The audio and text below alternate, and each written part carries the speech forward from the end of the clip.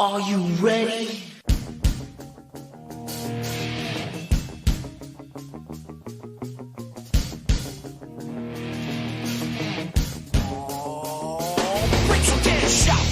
Is that the message you got? We about to go live, are you ready to rock? So take a shot. Oh, so take a shot. Oh, yeah, I'm a street breaker. I'm a heartbreaker. This is my yard. I'm a mold raiser. Rick Flair, Nature Boy, about to seek and destroy. It's an SOW. Let me hear you make noise. Take a shot, boy. Is that the message you got? We about to go live, are you ready to rock? So take a shot.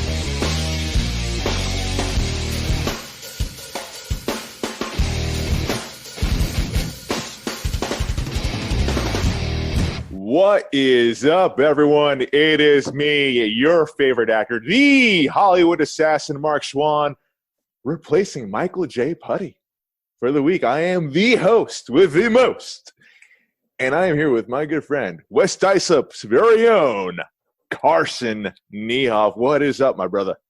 How's it going, man? I'm glad to be back. I'm excited. Thanks for having me. Of course, man. Of course. West Islip Invasion. We're like the elite, you know? This is the WI takeover right here, man. Amen to that, bro. Bro, we were just talking like off the air. We haven't seen each other in person since before this quarantine. It's crazy. I know. It's probably the longest we've probably gone almost, subtract college. I know. It's been almost a year. It's been 10 months. 10 months, at least 10 months. My last day out and about of normalcy, March 11th. Yeah.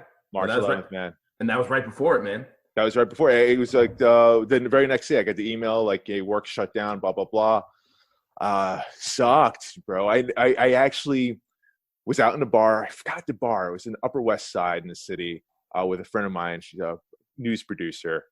And I was like, all right, lay it down for me. Are you guys overhyping this, or is this real? She's like, yeah, this is very real. If anything, we might be underhyping this. I was like, what the fuck? And then next day, boom. And here we are in 2021 with still watching fanless wrestling. With like the shittiest noise possible. I know, yeah. It's god awful, man. So before we get into like wrestling stuff, let's lay it down, dude. Robert Saleh, new coach of the New York Jets. We're finally getting to the new age of football, man. We're hiring some young coaches, innovative guys, and I couldn't be more excited. It's like one of the few things that franchise has actually done. I think they've actually done it the right way. You got a young, innovative coach. He's bringing LaFleur with him. So now as a new coordinator, LaFleur's like our age. You know that, right? Yeah, dude. He's 34, our age. Yeah. And so it's like. So what do you think then? I mean, like, are they keeping Darnold? Are they going to trade him? I think they're definitely keeping Darnold. You have to build a team around him first, see what you have. And I think, listen, man. Oh, but Carson, what about the fifth-year option? What about they were going to owe him $25 million? What about that? You have Zach Wilson. You have Justin Fields. Hey, Trevor Lawrence might drop down to 2. Stop the bullshit. Let's just stop.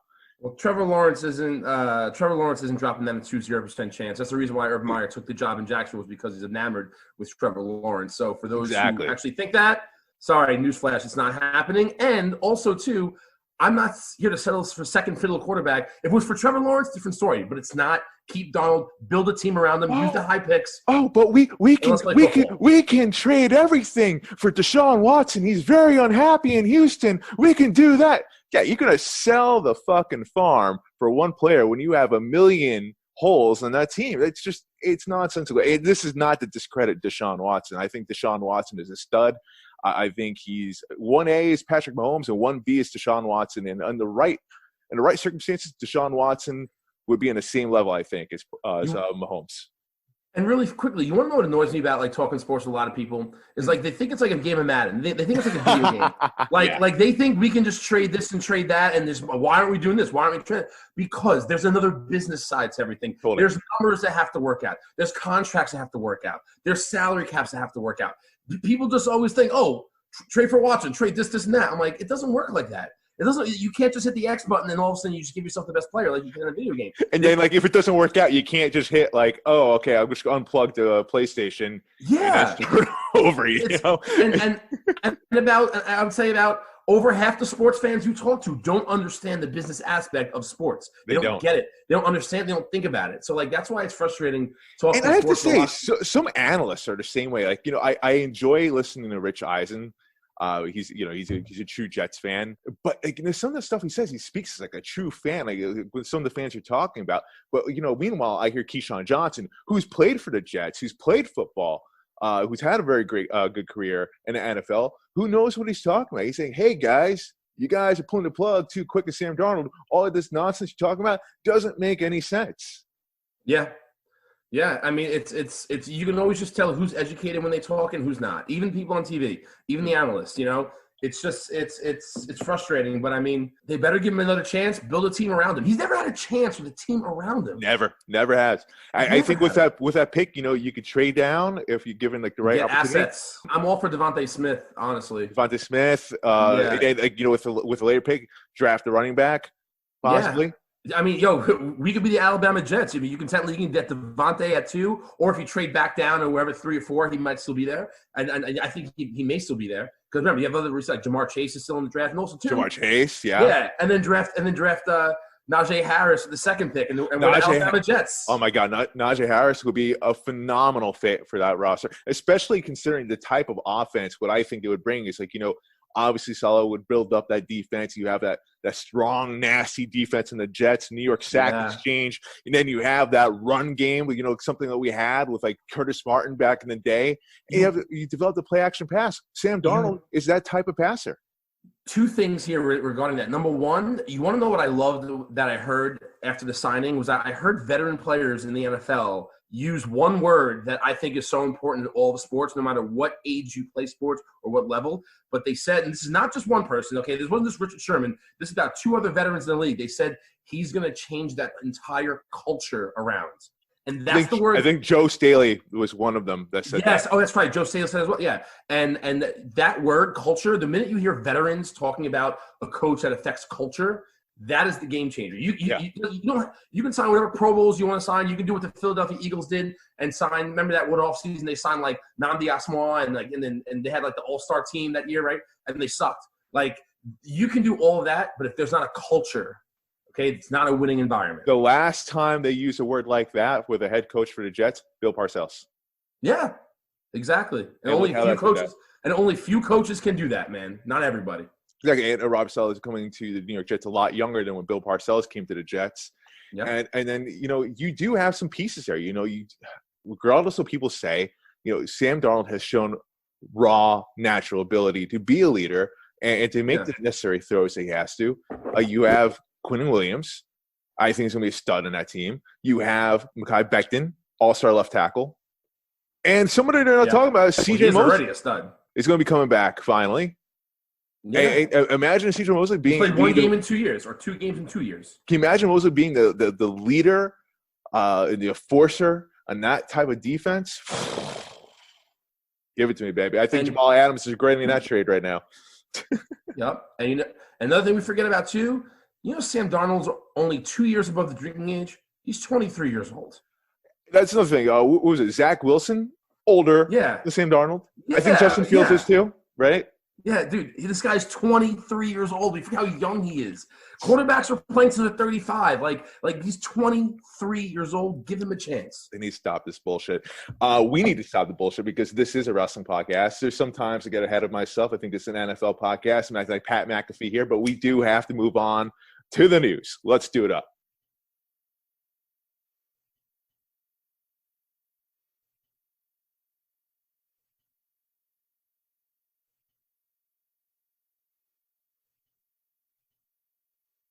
All right, Carson.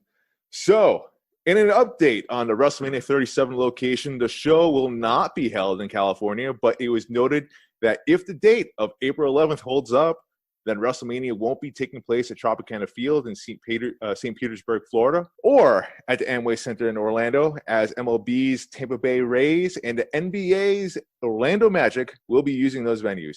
Raymond James Stadium is not a lock for WrestleMania 37 as of now, but the venue currently does not have any events planned for WrestleMania 37 weekend.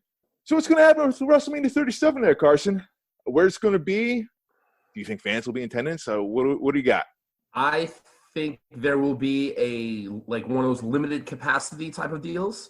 I can definitely see them keeping it in Florida, since Florida is very open to having fans in stadiums. We watched the college football games this year at Hard Rock State. What's the deal with the Super Bowl? Are they having fans? The goal is to have fans, yes. Like full blown, or no. It'll probably be limited capacity of some sort. There's fans at playoff games. Right now, like you saw Buffalo last week. There's fans there. I think they had like 17,000. I think in attendance. I feel like that was the most amount of fans I saw actually in an NFL game was at Buffalo, which was surprising because that's New York. Kansas City too. Kansas City as well. Kansas City's had a decent amount of fans. Especially lately. But in Buffalo, I didn't see it spread out. Especially for a Cuomo State. You thought like maybe it would be a little bit spread out more, but it seemed like packed-ish. They were kind of on top of each other. I was surprised by that. That's Bill's Mafia for you. There you go. Of course. That's exciting for them. Carson, I will not go back to football.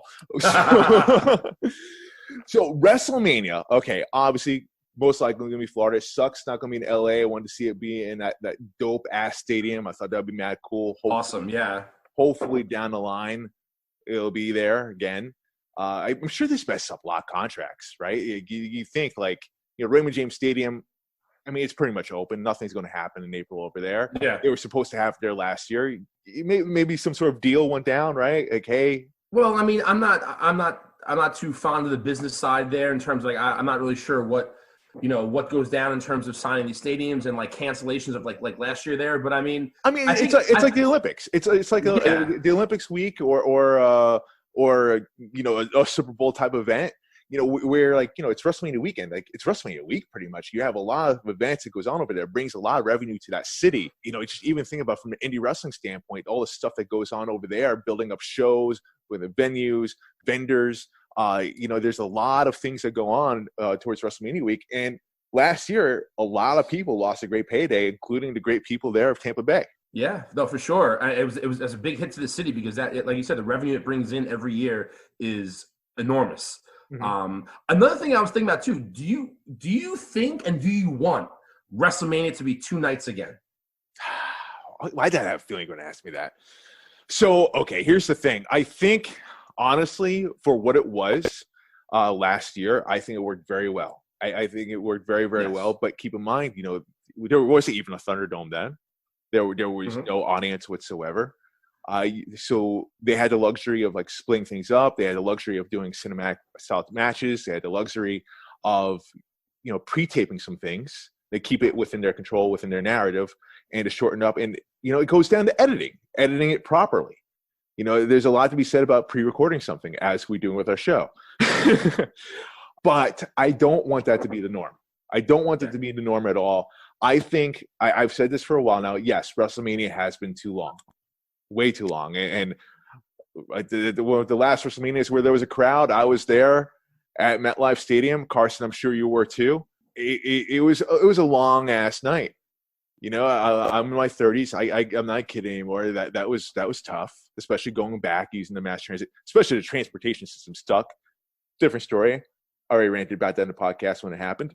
But WrestleMania is supposed to be a novelty. Right? WrestleMania is supposed to be the creme de la crop of wrestling, period. Not just WWE, of all of wrestling. You ask any wrestler, no matter what promotion they're in, no matter what they have to say about WWE, they're not going to deny, man, I really want to have a WrestleMania match. They're not going to say no to that. Everyone wants a WrestleMania moment, but it should be special. And I feel like for the last few years, WrestleMania has not necessarily been special. Time for News with Michael J. Tuddy. The fact is so hard. It's getting everyone on their heart. Remember back in the day, you'd have WrestleMania where some of your favorites weren't on there. You had to earn your spot. You had to earn your spot. It's special. Now they hand out paydays like candy. I'm glad you mentioned that about payday because in real life, it is a bigger payday. Yeah. It's a bigger payday. So what is this? Bonuses for everyone? What is Vince McMahon Oprah now? You get a bonus. You get a bonus. You get a bonus. You get a bonus. Stop. It does no justice to WrestleMania. It does no justice to the fans. It does no justice to the people that are busting their ass to try to get a spot on there. Because you know what you get? Complacency. That's what you get. Make them hungry.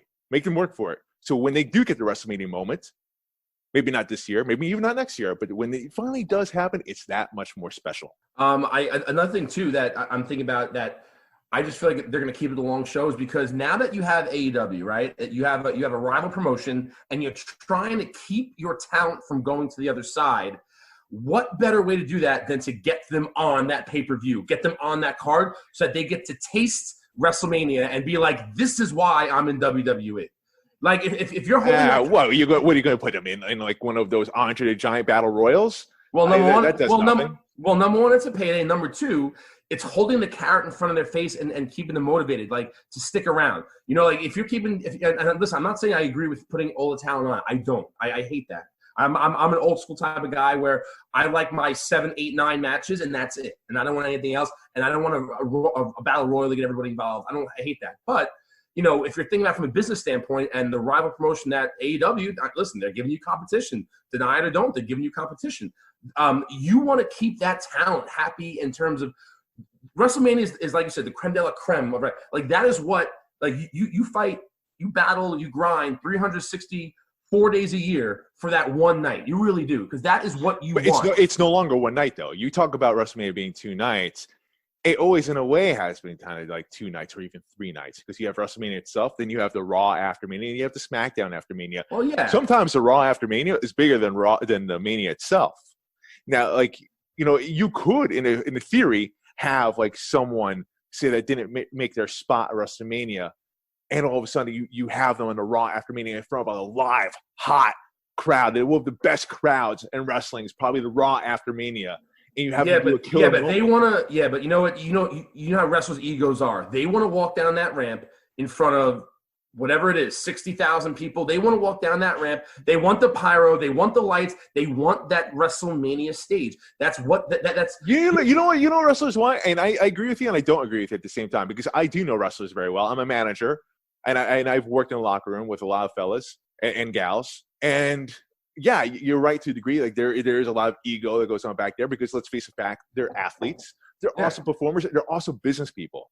You know, there are wrestlers in there that can check their ego and know what a good business decision is. There are plenty of wrestlers, surprisingly, that do know that.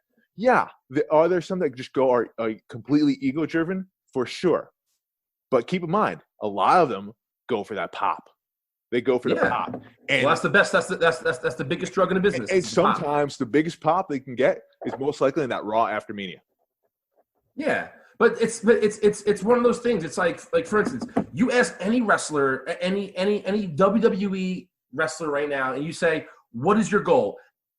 75% of them are going to say to main event WrestleMania. Like, what is your personal ceiling? Like, for instance, like with basketball, right, in the NBA, what's your goal? Well, your goal is to, get a max shot, to win a ring, to win a title. That's the title for wrestlers, that WrestleMania moment. Not everybody gets it.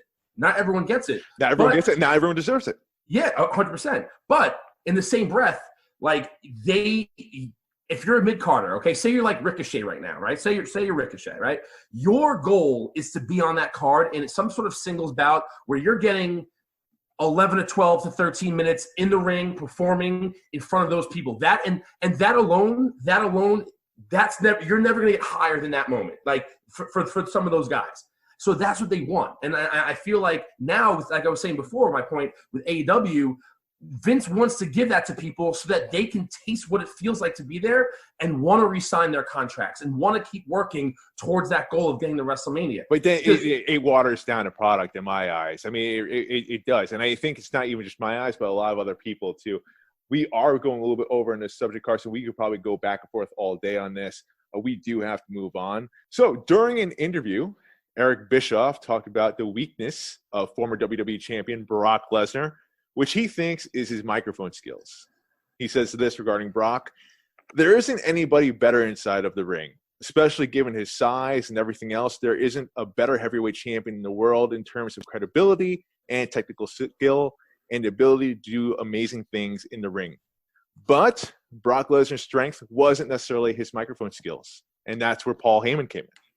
Paul Heyman could tell a story in a much more effective, entertaining, and dramatic way than Brock Lesnar could. So having Paul Heyman as the advocate, as he liked to call it, for Brock Lesnar makes a tremendous amount of sense. Now, that's something I think we can all agree with. with Paul Heyman being a huge asset for Brock Lesnar. With that being said, though, is there anyone, guy or girl in wrestling right now in that locker room that you think that could benefit from having a Paul Heyman, from having an advocate? Like, why is this something that we don't see more of? Well, Bobby Lashley was the number one guy for me, and then they gave him MVP.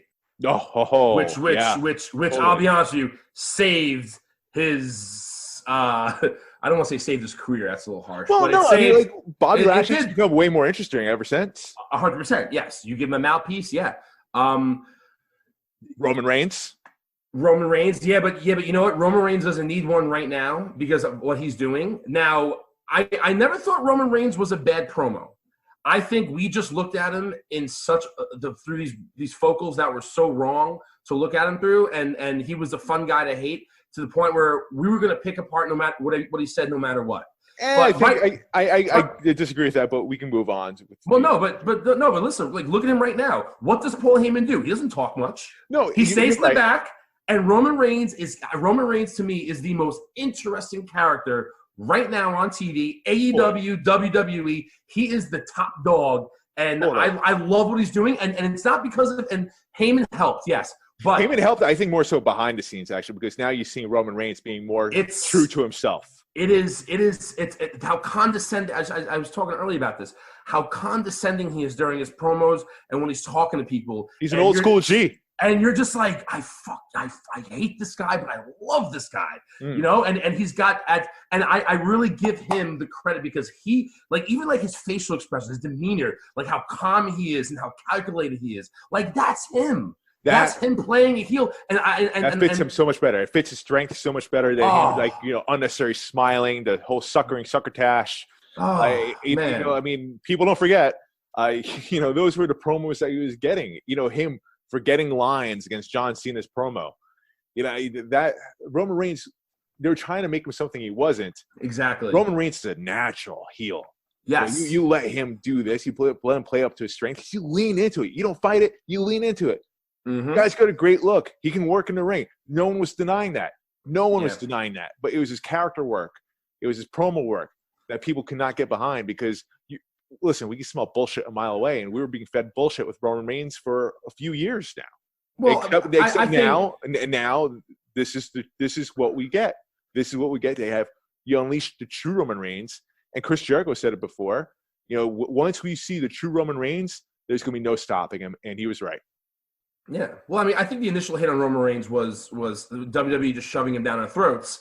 And then it became people picking apart his promos, and then it came people picking apart other things about him. I think he got dealt a bad hand, and I never was a Reigns hater. I always respected his work, but I do think that a lot of people are a little too harsh on him and were harsh on him because WWE was shoving him down our throats, and because Daniel Bryan was hot, and then he got eliminated, and Roman Reigns wins the Rumble in Philly. And then the whole world, it became the cool thing to hate him, which I get that. It may have, some of it may have had to do with that, some of it. But I actually think WWE did book themselves into a corner with Roman Reigns. I think they did. They kind of hit the button a little too soon with him. That's fair. I think that's the price they got. I don't necessarily know if Roman Reigns necessarily wasn't ready, but it was just like bad timing or whatnot, or maybe just the fact you pressed it right when Daniel Bryan was getting hot. Yeah, a lot of things are going against Roman Reigns during that. But now he's hitting his stride. I think Paul Heyman had something to do with that behind the scenes. I know he's very high in him. But getting back to the point here about managers, we've seen great managers all throughout. I mean, obviously with Paul Heyman, with Brock Lesnar, Bobby the Brain Heenan with, pick one. Yeah. Jim Cornette even. I mean, just think about how many people. Hey, we could just look at WWE by itself. I mean, I think we could personally talk about all of wrestling, but you just look at WWE by itself. How many people are on there who aren't necessarily great on the mic that could probably benefit from having a mouthpiece for them? Ricochet. I cringe. It's like when Bobby Lashley used to talk on the mic. I cringe when he talks. He talks like a little goody two shoes schoolboy. I'm like, he needs an edge to him, and then he tries to do it, and it just sounds even worse. He needs some sort of mouthpiece, but it's tough putting a mouthpiece on a babyface. It's tough It's tough to put a mouthpiece on a baby face and make it work. Jimmy Hart. Jimmy Hart did it for Hogan. Yeah, but it's a guy like Ricochet, a smaller talent. You have to find the perfect fit. You have to find the perfect fit. He's somebody that honestly he's so entertaining to watch in the ring. He's so entertaining. Oh, like watching his stuff in NXT. Come on now, man. It's funny. It's funny about Ricochet. Sorry to cut you off. They have this talking smack and what's the one for Raw? Raw Talk. Raw Talk. Thank you. Raw Talk. Yeah, Raw Talk. Ricochet was on Raw Talk, right? And he had a pretty interesting moment on there. He got a little real. Yeah. And it was so different from any other promo that he ever cut on TV. And I was feeling for him. I was like, oh, this is some good stuff. Drake Maverick even, go back to like when he did the cuts, when he had that emotional Twitter promo when he was fired. The whole wrestling community got on his back, and what happened? He got signed. He got re-signed. And I'll tell you why right now. Ready? It's so much easier for anybody in this world to cut a promo on themselves in a real life situation than it. And remember, and sorry guys, spoiler: the wrestling world isn't real. It's a surreal world for the most part. All right, remember these storylines for the most part. But my point is that suspension from reality. Some people can adapt to that and cut a promo on a suspension from reality, and some people can't. I think everybody can cut a promo. Like you could be the worst promo guy in the world on the microphone in front of fans trying to sell something, but the easiest thing to sell is yourself. So 1,000% agree. But so that's why it probably sounds better on Raw Talk. Lean into these strengths, though. Like this is what they need to do. I think they stop with this scripted bullshit and lean into it more. I mean, these guys are capable of talking. Yeah. If it's so hard to find a manager or a mouthpiece, if that's too taboo or whatever, too passe, then maybe like it's creative. Maybe rip up the scripts a little bit. Maybe trust them a little bit more to speak. Make it more reality based. Make it more reality based. Hey, you want to go? I said it with Putty before. They want to go darker. They want to go edgier. They want to go to the attitude era. You got to do what works. And we want to maybe more real. Can I play devil's advocate for 1 second? Question. Well, not question, really, more of a statement. Like, okay, I agree with that, and make it more reality based for some of those guys who really can't cut a good promo. But now as fans that have been watching this product for I don't know how many years now, how many times have we heard the promo, or how many times have we heard a babyface when they try to make it reality based and they say, "I'm sick and tired of losing. I'm going for like pretty much what Ricochet was, referring to in terms of." Just kind of being looked over and kind of, not getting that moment and not being, not getting the rocket ship to his back. I know he didn't say it like verbatim like that. That's pretty much what he was implying. How many times have we heard that promo before? Oh, this is going to be my year. Oh, this is like, it's tough. It's not easy. No, it's not. It's you're right. Face like that. You're right. It's not easy. But, I mean, listen, they all have a social media. They all break kayfabe on social media except for like one or two. We all know their everyday life. The dirt sheets are very easy access to everyone. Play up on that stuff. It doesn't necessarily have to be, oh, I haven't had my shot in 11 years. Give me my shot. You can do other stuff. You can easily do other stuff. Even like I said to Putty before, even when Nikki Bella had that feud with Ronda Rousey, when shots were blown about Nikki Bella's recent breakup with John Cena, which was very fresh at that point. Like, whoa, did she go there? Did she go there? Like that was cool, some cool stuff. Like play up on like shit like that. You know what I mean? Yeah. Well, Ricochet's got to do something badass on the side, man. He's got to get arrested or some shit. And then we'll believe him as being a little bit. Or it goes back to having a mouthpiece. Man, I'm a manager, so I would love there to be more managers out there in wrestling. Yeah. Because honestly, I love managers, man. Honestly, like, some guys maybe or girls, they don't necessarily have the voice for it, or they're nervous on the mic. That could be a personal thing. And honestly, like I've seen a lot of promos. Right, indie wrestling's hot. A lot of people in NXT and WWE, AEW, Impact. A lot of them come from the indies. They don't necessarily teach them how to speak in indies. I see a lot of the same old lack of passion, lack of lack of direction, a lack of access. And I'm not saying everyone. There are some damn good promo artists in the indie world. Some damn good ones. I've gone head to head with Darius Carter, and that man can fucking talk. Let me tell you. But for every Darius Carter there is in the indie world, there are a few people that can't even speak up to me probably. And I'm not saying I'm the best out there, but with my acting background, and I can clearly cut a promo. I know that. Am I the best at it? I'll never say that. But to get to that point though, and I've spoken to quite a few people. Like they focus a lot more at their craft, their in-ring work, which is phenomenal. Like they're great in the ring. They're very talented, and I have respect for anyone that's willing to get into that ring to sacrifice their body, because it is a sacrifice anytime they get in that ring. But at the same time, that's not the only aspect to it. There's the character work.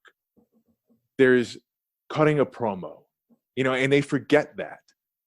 Shit, man. Like, what's the point of you sacrificing your body if you can't learn to speak, or if you don't even give a damn about your character?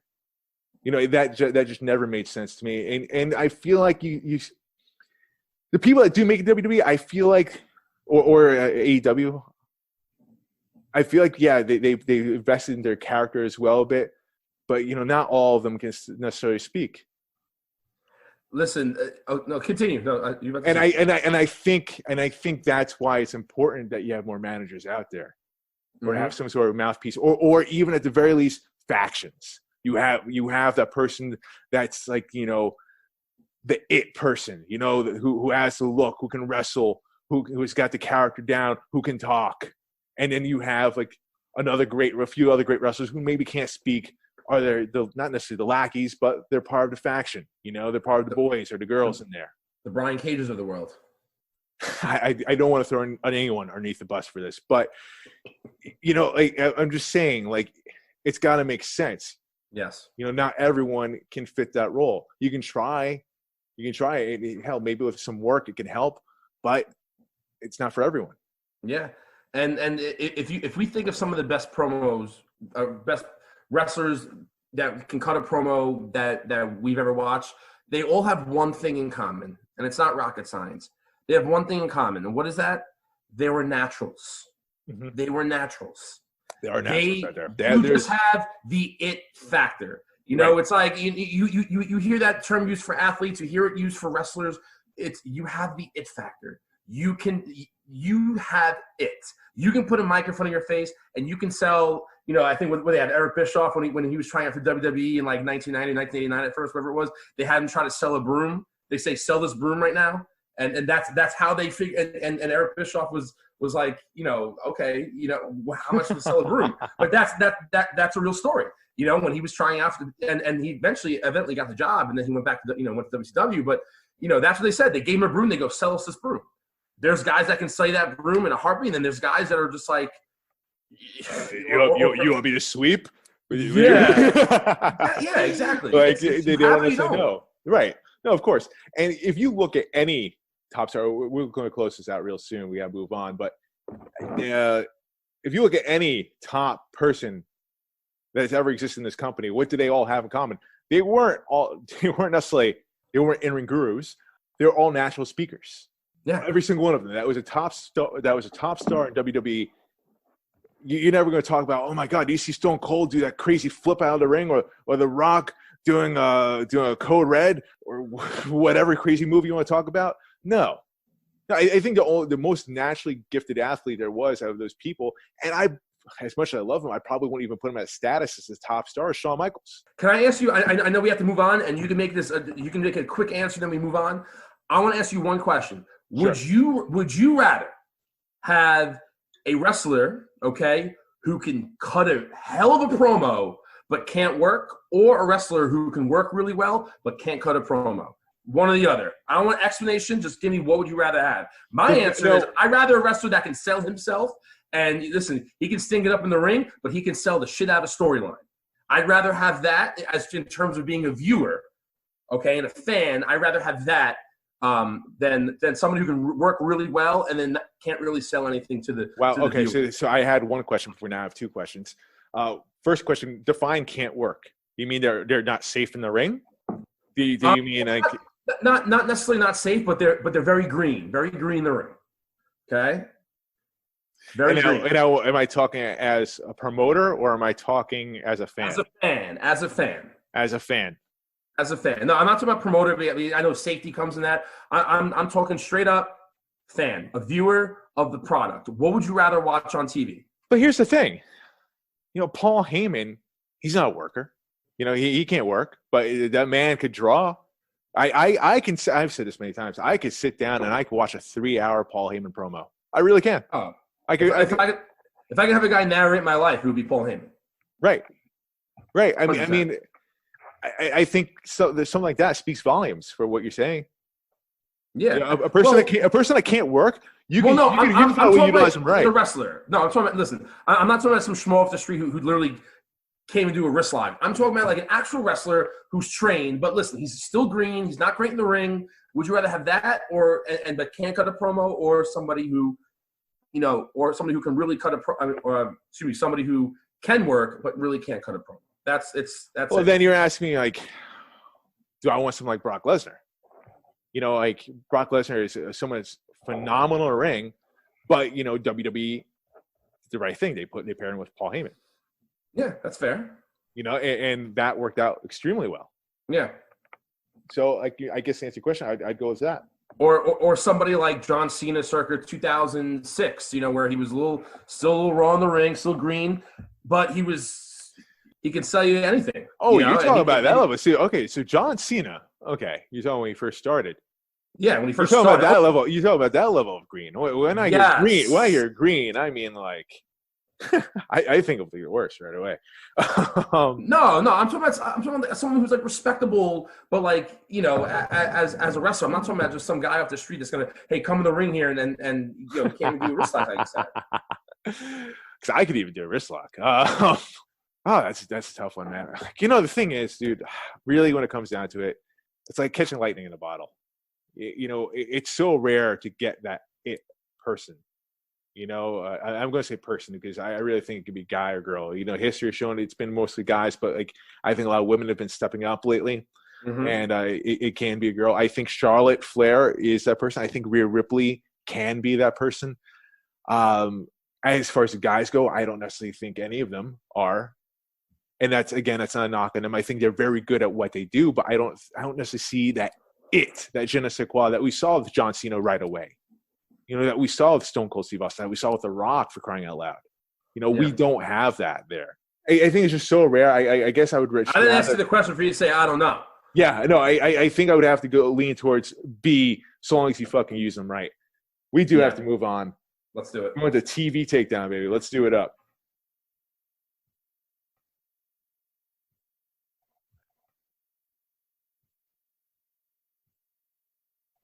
All right, Carson. TV takedown, baby.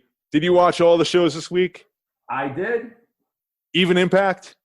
No. I pulled a putty on you. I pulled a putty on you. Oh, no, not Impact. All good, man. All good. I'm going to lead off with you, man. What was your TV takedown of the week? My TV takedown of the week wasn't necessary. I mean, I guess you can say it was a moment. But it was something that we as fans need to do better of, and WWE actually proved it to us tonight. Is that Friday night he means Friday night pre-recorded. On Friday night was the build to the Kevin Owens Roman Reigns match. Really?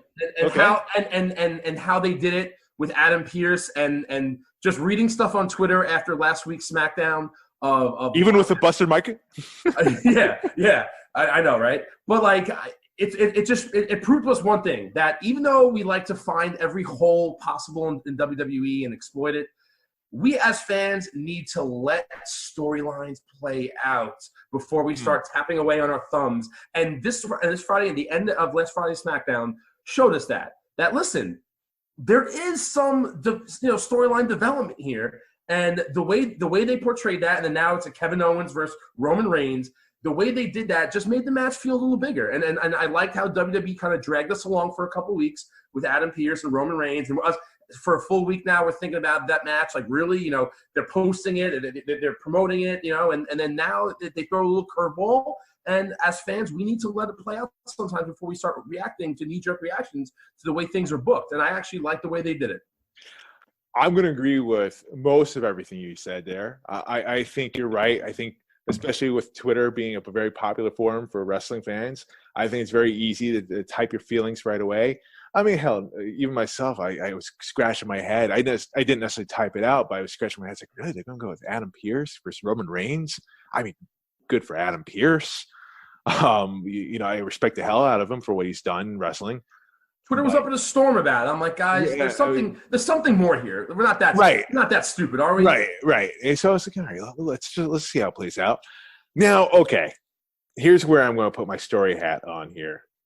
I feel like they pushed the button too soon on this.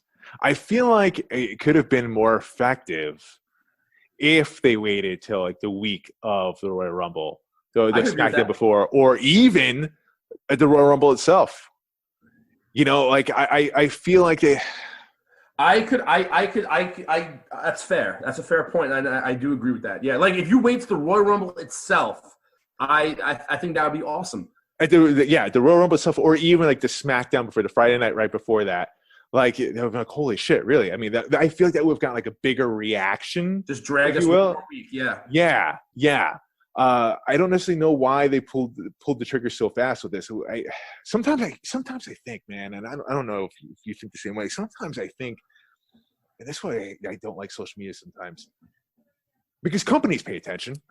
They do. WWE definitely pays attention to what's going on, what's being said. Do you think that maybe they read off these reactions? Oh, guys, what did we do? Should we pull the trigger now? Let them know, like, hey, it's all a joke.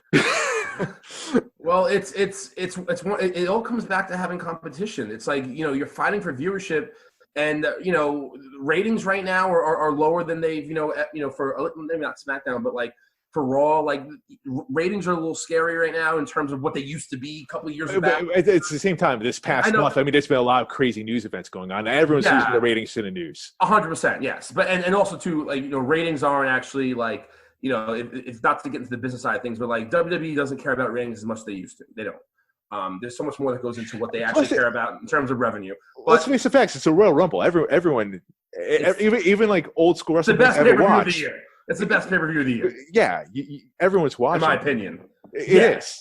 But it's just, I mean, it's one of those things. Like, listen, like if there's a lot of knee-jerk reactions, and maybe that's why they pulled the rug early. I don't know. But either way, though, I like the way they did it. They dragged us along for a little bit. They showed the fans, listen, we got this. Just tune in. We got this. And I just, like I said, that was my moment of the week, just kind of seeing that develop at the end of SmackDown. Because I'll be honest, as now that you think back on it, you're like, oh, that makes so much sense. Why wouldn't they do that? But like now, I wasn't expecting that. I really wasn't. Once the contract was signed, I wasn't expecting everything that came after that. Well, as soon as Adam Pearce spoke, I was like, all right, something's up. Yeah. And by the way, Adam Pearce, that was a horrible acting job with your leg there.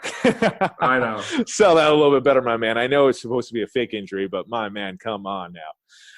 But no, honestly, I'm looking forward to that match, though. Kevin Owens and Roman Reigns. That should be a good one. They have good chemistry together. I told Putty before, I think the storyline, because they've wrestled before, they've had storylines before, but I feel like this storyline beats out any other storyline that they've had together. So yes. This will definitely enhance that story. My takedown of the week was actually the very same night for SmackDown. Daniel Bryan versus Cesaro, I thought was the best match of the week, hands down. I agree. I probably shouldn't say hands down because there was some damn good tag team wrestling on NXT. But, yeah, SmackDown itself, Daniel Bryan, Cesaro, amazing chemistry. Cesaro won clean. Yeah. Cesaro won clean, man. I definitely did not see that coming. Like, it's funny. Before going into it, I'm like, Daniel Bryan's getting a lot of screen time. They're talking him up. He's looking good. Well, he's on the creative team for SmackDown. No, I know. He has a big saying creative. That's why you have to love him, though, because he's putting guys over. I know. He's 1 foot in, 1 foot out. Like he's going to retire. Selfless guy right there, man. Selfless. Oh, team player, definition of. But with that being said, I was like, I think Daniel Bryan might win this thing. I think he might win the Royal Rumble. Now I don't know who's going to win the Royal Rumble. Like a lot of people have momentum going in. You have Shinsuke Nakamura, Cesaro now, Daniel Bryan. I can't really think of anyone on Raw that's got the same type of momentum, honestly. But no. But who do you see, Carson? Since we have you on the show right now, we're going to go through predictions next week, I'm sure. Who do you see, having the most momentum going to Royal Rumble to possibly take it down? In the men's side, at least. Well, you asked me, a few weeks ago, I would have told you Big E, but now Big E getting the Intercontinental title, that's WWE's token of saying, okay, we don't have to have you win the Rumble now. You have the IC title.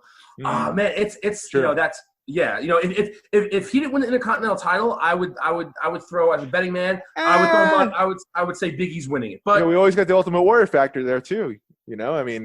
Yeah, but they haven't done it recently. I don't think they're going to do it. And like I said, I think that title change was them saying, we don't have to have you win the Rumble. I think it's honestly too soon for Big E. Here's your compensation. Well. I think it is as well. Well, that's what I'm saying. There's a lot of guys there's a lot of guys that I'm looking at right now. It's like they're going to have Shinsuke win it again, and then where's he going to go from there, Right, right. AJ Styles maybe? AJ Styles could be a good one. Styles could be a very good one. They just had him, have to win a match to get into it, so it kind of shows a little bit that, he's got to work to get there, and he did. AJ Styles is one I can think of. It's weird because there really isn't somebody right now that you're Keith Lee maybe? Keith Lee's another one. Exactly. Keith Lee's another one. Normally Royal Rumble season, especially this time, mid-January, there's always 3 guys where you're okay, it's definitely one of these 3. Right. I don't know who's it going to be. Right. And some years we're oh, well, we all know he's going to win it. We all knew the year Rollins was going to win it. We all knew the year Reigns was probably going to win it. This year, I kind of like it, though, where it's you don't know who the hell's going to win this thing. Could be The Fiend. Could it be Randy Orton? Yeah. Could it be Brock Lesnar? Could it be someone that we haven't seen in a long time? Yeah. And the funny thing is, I was talking to one of my friends earlier today about this, and he said, I bet you WWE doesn't even know who's going to win. They don't. They actually don't. So that was something I was going to report on, too. They apparently they have no idea what the fuck they're going to do right now. They have no idea. And I love it like that. You want to know why? Because we're going to be in for a surprise. They said everything is in the cards. Yep. Everything's on this table. Right. So it's going to be interesting, man. For all we know, fucking Edge might win the thing. Yeah. It's pretty interesting because a lot of people do have momentum going in, and same for the women too. I don't necessarily know who's going to win the women's side. I think Bianca Belair. You think Bianca Belair? Yes. I would probably say Rhea Ripley. If you want to get a monster push in the car, that's the way to do it. But I think Bianca Belair is. I think she's a heavy favorite in my opinion to win it. Too soon, though. I don't know. I know I sound hypocritical because I just said Rhea Ripley, but I feel like there's still an untold story there with Rhea Ripley as far as the what happened last year. I also have a feeling we're going to see Charlotte versus Asuka, either Royal Rumble or Elimination Chamber, and I think Charlotte's going to win the strap again. And I'm okay with every time she wins the strap. Yeah, same. I'm not a hater. I actually love Charlotte. She's the best. She's the best female performer in the world, and that we've ever seen. And I have no problems with her winning it every single time. And I'm not sick of her one bit. If Rhea Ripley wins the Royal Rumble, faces Charlotte again at WrestleMania for the Raw Women's Championship, and Rhea Ripley wins, I think people are going to forget a lot about what happened last year. Yeah, and you can kind of play off, and you can play off that storyline from last year. You can play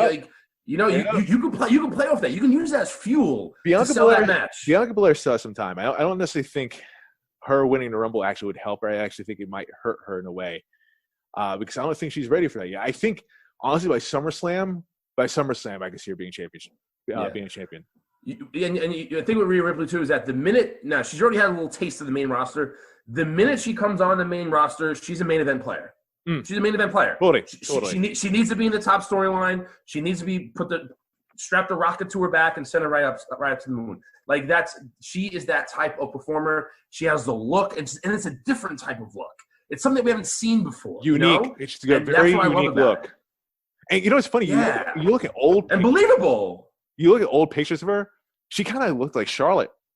Yeah. Yeah. It kind of, and like she did I see what you're saying. Yeah. did a very smart move. Like she was like, yeah, they already have a Charlotte. I don't know if someone told her or if she took it upon herself, but man, she went a completely different way, and it works. It completely works. It's badass. I think what Jim Cornette described her as an action star. Yeah. I see it. I totally see it, man. And I want to say, so speaking about the women, a little quick pivot here. Kudos to Alexa Bliss, man. I thought that Fireball segment was pretty fucking cool. Awesome. I thought it was really cool. Randy Orton totally oversold it. Yeah. But like, I didn't see it. I actually jumped out of my chair because I didn't see it coming. What I love the most about it was what happened right before she shot the Fireball. When she puts her hand up and you see pain on her hand. Pain. Yeah. And when it happened, I'm watching and I'm like, wait, she's really making sure that we see that. I'm like, what's gonna happen here? I'm thinking like the Fiend's gonna come from behind and all of a sudden just like boom. And I was like, oh shit. I'm like, okay, you have my attention, you know. And then when they went off the air and I loved it, man. That's my favorite part. Though, when she showed pain on the hand, and I was just like, yes. Oh, dude, I totally popped for that, man. Like, you have me. Alexa Bliss has just been so consistent with her character. She's done such a good job. But you know, we've hardly seen her in the ring though. We as this character, or even with Bray Wyatt by her side. This coming Monday, she will be in the ring with Asuka, the Raw Women's Champion. And it had me thinking. It had me thinking real fast. Like, you know, what would happen if Alexa Bliss? I mean, would she benefit from winning the strap right now, or should she be treated like should they treat her kind of like the Fiend, just keep her completely away from that thing? She doesn't need it.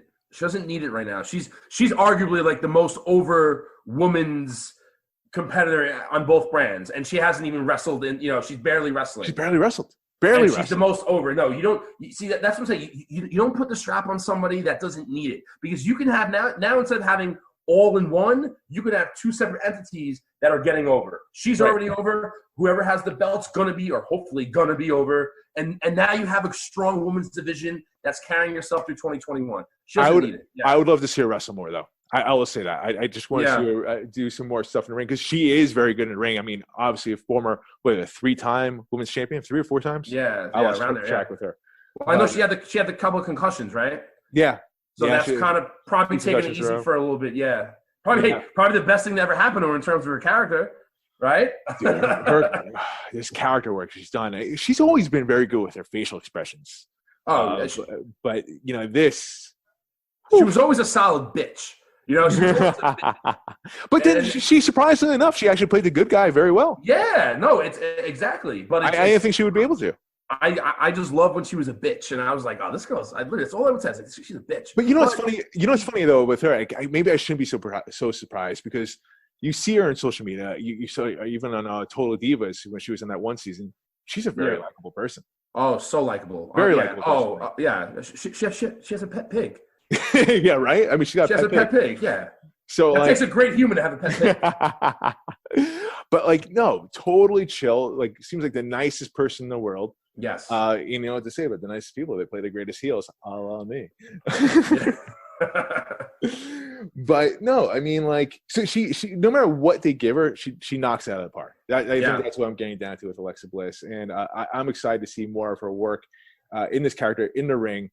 Curious to see how that goes down on Monday night and where that leads to next, possibly from there. But Carson, that's all I have for Takedown. Do you have anything else for TV, or? No, that's it. No, that was solid. Yeah. All right, let's move on then. Carson, we're running pretty low here on time for the show, but there's one thing I did want to bring up. There is one thing that I wanted to bring up here. So we saw Triple H on Monday Night Raw. Never get tired of seeing those two together, Triple H and Randy Orton. Never get tired of seeing those two. And Triple H still got it, man. But, you know, it makes me think, you know, Triple H has always had some great WrestleMania moments, even later on in his career. And had me thinking, you know, who is the guy? Who is it going to be to retire Triple H at WrestleMania? Who would Triple H's last match at WrestleMania be, and why? Who do you think, Carson? Oh, that's such a tough question. Now, here's the thing. The easy answer here is somebody who obviously is not, it's not going to happen. But the easy answer here is Shawn Michaels. Okay, I can see why you say that, but like obviously not going to happen. Yeah, it's not going to happen. That's the easy answer. And there's so much storylines that you can do with that. Like, it's funny. I was actually thinking, what if it was Daniel Bryan? And it kind of comes, and it kind of comes all back around from WrestleMania 30, you know. And now he's the guy that retires you, and also he's also the guy that you said couldn't be a top guy. Oh man, small. That's a story. That's a story. And it can all come back around, and you know it. It can. The match can end. Triple H's shoulders are on the mat. 1, 2, 3. You get up, shakes the hand, and that's like. It's not. I mean, it's obviously not the passing of the torch because Daniel Bryan is kind of in his late years here, I think. But it's just a sign of ultimate respect that, you know, hey, listen, those small competitors, smaller guys, like, you're right. You can be a top guy, and you're the guy who retired me. And plays. And there's a great history there at WrestleMania, and I think that it would be a good story behind it. I posted this question on Twitter, actually. Got a lot of interesting answers. Shawn Michaels actually did come up on here a couple times. Yeah. Daniel Bryan did not come up at all. You know, Stuart. I'm trying to think outside the box. We have at S Lawson 1417 talking about Adam Cole, the king of NXT, versus the brain of NXT. That would be an interesting way to go. Let's see, at Sport Exclusive, Orton.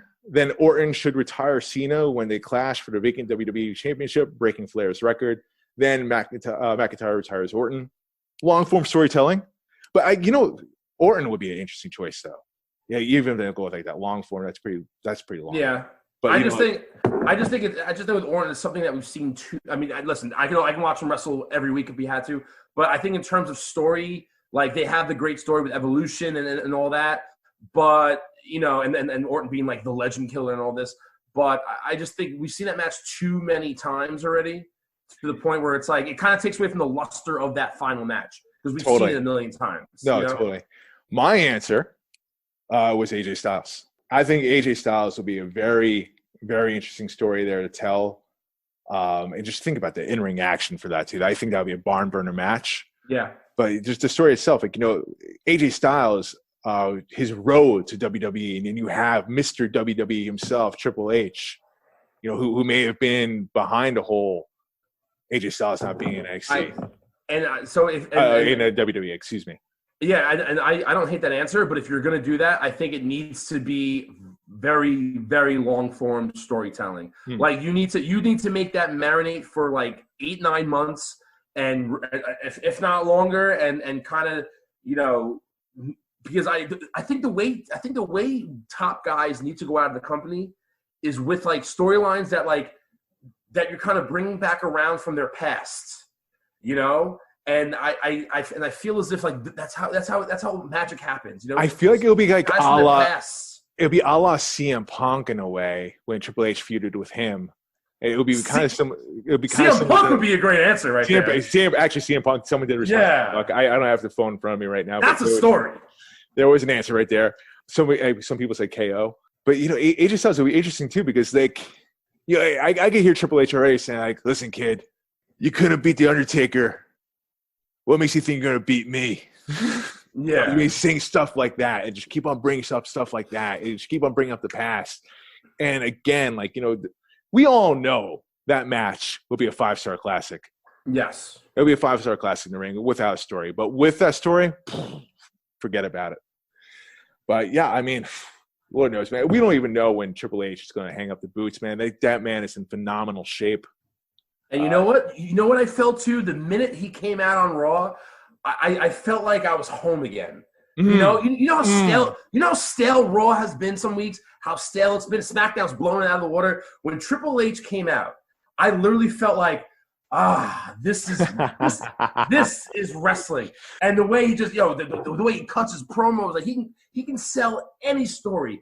And it's the fact that he had to get involved, in the product because of Drew McIntyre. He comes right out, doesn't miss a beat. No, doesn't miss a beat. No, it doesn't miss a beat at all. Big fan of Triple H, man. The only thing I was missing was the pop of the crowd. Like a real organic, authentic pop. Not this bullshit noise that we've been hearing, but hey, I think we just came full circle right there. Carson, where can they find you, my man? Do you have any go-home thoughts before we let you go, or no? I normally do, but today I don't. Today I don't. No. We covered so much. We spoke about so much. I think you took all my thoughts out of me, and that's the way it's supposed to be. I feel good.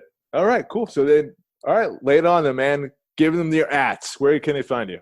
You can find me at Carsey Smooth on Instagram, at Carson Niehoff, Niehoff, on Twitter. Holla at your boy. All right. And as far as I go, you can just go to my website, yourfavoriteactor.com, and all my social media links are on there. Carson, thank you so much, man, for coming on, dude. I cannot wait to hang out with you in person. It's going to be like an all-night bender. We're going to have some crappy-ass food, a lot of drinks, lots of shots. I want it any other way, yeah. I want the crappiest food, and I want the coldest beer, and I want the most disgusting shots possible. Absolutely, along with some like great 80s, 90s music. It just rock out.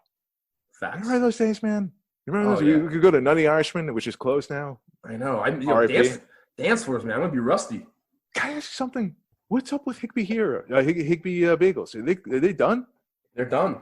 Fucking Christ, dude. I think they're done. Yeah. I think they're done. You just killed my child. All right, we're just gonna wrap it up. Thank you guys for joining us. You can tune us next week. We'll be back in action with myself and Michael J. Putty. In the meantime, Schwan is out.